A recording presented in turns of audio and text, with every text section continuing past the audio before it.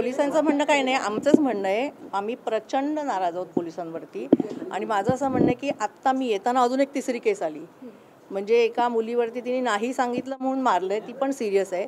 मला असं वाटतं की पोलिसांना ह्या केसेसमध्ये कुठलाही पॉलिटिकल पक्ष अडवणार नाही. तरीसुद्धा त्यांनी जर ॲक्शन घेतली नाही तर आम्ही आमची नाराजी पोलिसांना सांगितले की ही तुमची जबाबदारी आहे. सर्व मुलींची रक्षण करायची जबाबदारी तुमची आहे. कुठलाही पॉलिटिकल पक्ष ह्याच्यात तुम्हाला अडवणार नाही की तुम्ही जसं पोर्शेमध्ये झालं, कोणीतरी आमदार गेलं होतं आणि थांबवलं, ह्याच्यात कोणीही अडवणार नाही. तुम्ही तुमची दहशत दाखवा. काय चाललं आहे? गेल्या 3 दिवसात जर 3 मुलींना, आणि हिंस्त्रपणा म्हणजे किती हिंस्त्रपणा, मी निर्भया केस आपण एक ऐकली होती, त्याच्यातसुद्धा तो जो 16 वर्षाचा मुलगा सुटला, हे चूकच आहे.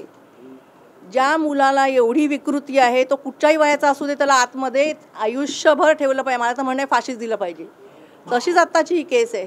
तुम्ही मंदिरात पुजारी जर असं करत असतील, मुलींना लग्न करून फसवून असं करत असतील, तर ह्या लोकांवरती पोलिसांची दहशत असली पाहिजे. दहशत म्हणेन मी, की पोलीस काय करू शकतात हे या पुरुषांना कळलं पाहिजे. आणि ते जोपर्यंत कळत नाही तोपर्यंत हे पुरुष थांबणार नाहीत. ओएसिस फर्टिलिटीच्या तज्ज्ञांनी IVF उपचार पद्धतीद्वारे 1 लाखांहून अधिक जोडप्यांना मातृत्व प्राप्तीचा आनंद दिला आहे.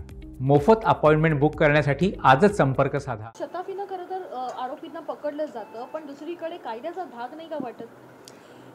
त्याच्यासाठी मी आता सांगितलं की पोलिसांच्या हातात पण काही असतात जे तुम्ही तुमचा धाक दाखवू शकता, दहशत दाखवू शकता.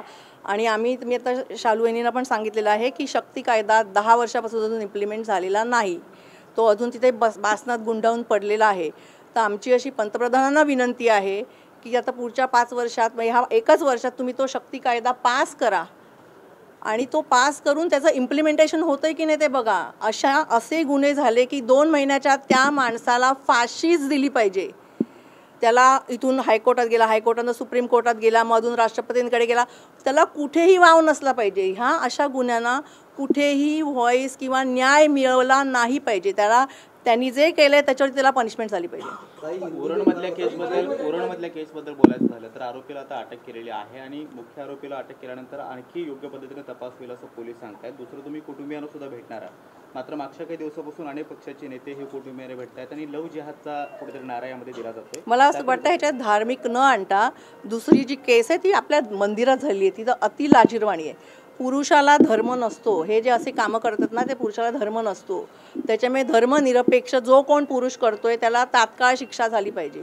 तो कुठच्याही धर्माचा असो. असं काही नाही आहे की लव जिहाद केलं म्हणून त्याला मारायचं आणि मंदिरांनी पुजाऱ्यांनी केलं म्हणून त्याला सोडायचं. त्याला तेवढीच कडक शिक्षा झाली पाहिजे.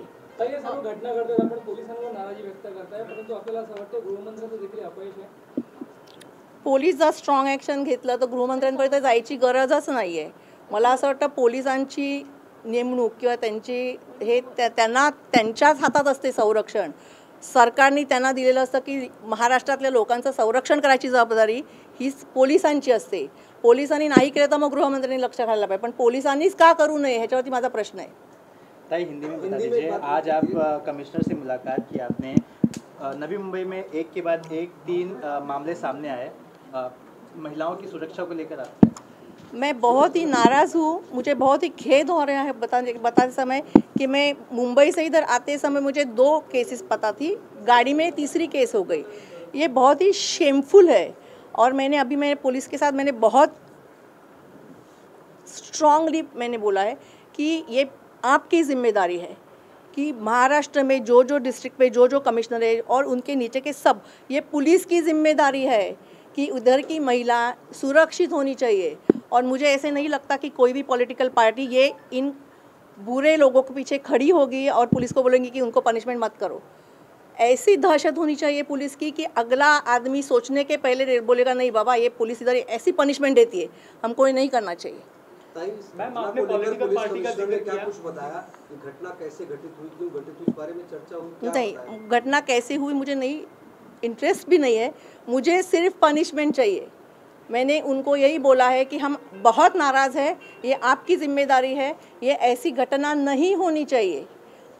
आज हुई है उसके आगे नहीं होनी चाहिए. और जो हुई है, जो सबको अरेस्ट किया है, उसको पुलिस का खाना पीना भी मिलना चाहिए. मैम, आपने पॉलिटिकल पार्टी का जिक्र किया, यहाँ पे कुछ पॉलिटिकल पार्टी लव जिहाद का एंगल इसमें खोज रही है, उसको लेकर क्या? जैसे मैंने बोला कि सिर्फ लव जिहाद करके फ़ायदा नहीं है. ये दूसरा जो केस है वो मंदिर में हुआ है.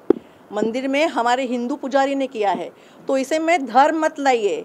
जो आदमी इतनी कमीनापन पे उतर आता है ना, उसको पनिशमेंट मिलनी चाहिए, जो कोई भी धर्म का हो, कोई भी जात का हो, किसी भी का हो। निर्भया कायदे की आपने बात की, अभी तक इम्प्लीमेंट नहीं हुआ है, उसको लेकर क्या करेंगे आप? मुझे ऐसे लगता है, मैं अभी आपके सामने पंतप्रधान जी को निवेदन देती हूँ, अगर हमको टाइम मिला तो हम उधर जाके भी देंगे। शक्ति कायदा जो निर्भया के टाइम लाया गया था, उसका अभी इम्प्लीमेंटेशन नहीं हुआ है। और ये केस सिर्फ महाराष्ट्र की नहीं है, हमको महाराष्ट्र का पता है, भारत भर में कितनी लड़कियां लापता हो रही है, कितनों को मारा जा रहा है, कितने के ऊपर बलात्कार हो रहा है। किसी का, हमारे पास सिर्फ रिकॉर्ड है, पुलिस के पास भी सिर्फ रिकॉर्ड है, गवर्नमेंट के पास भी सिर्फ रिकॉर्ड है, उसका क्या करते? तो शक्ति कायदा इमीडिएटली इम्प्लीमेंट होना चाहिए। क्या आप गृह मंत्री से मुलाकात करेंगी ताकि इन चीज़ों को और भी बूस्ट मिले? सेंटर में करने का हम ट्राई करेंगे। Thank you. एक और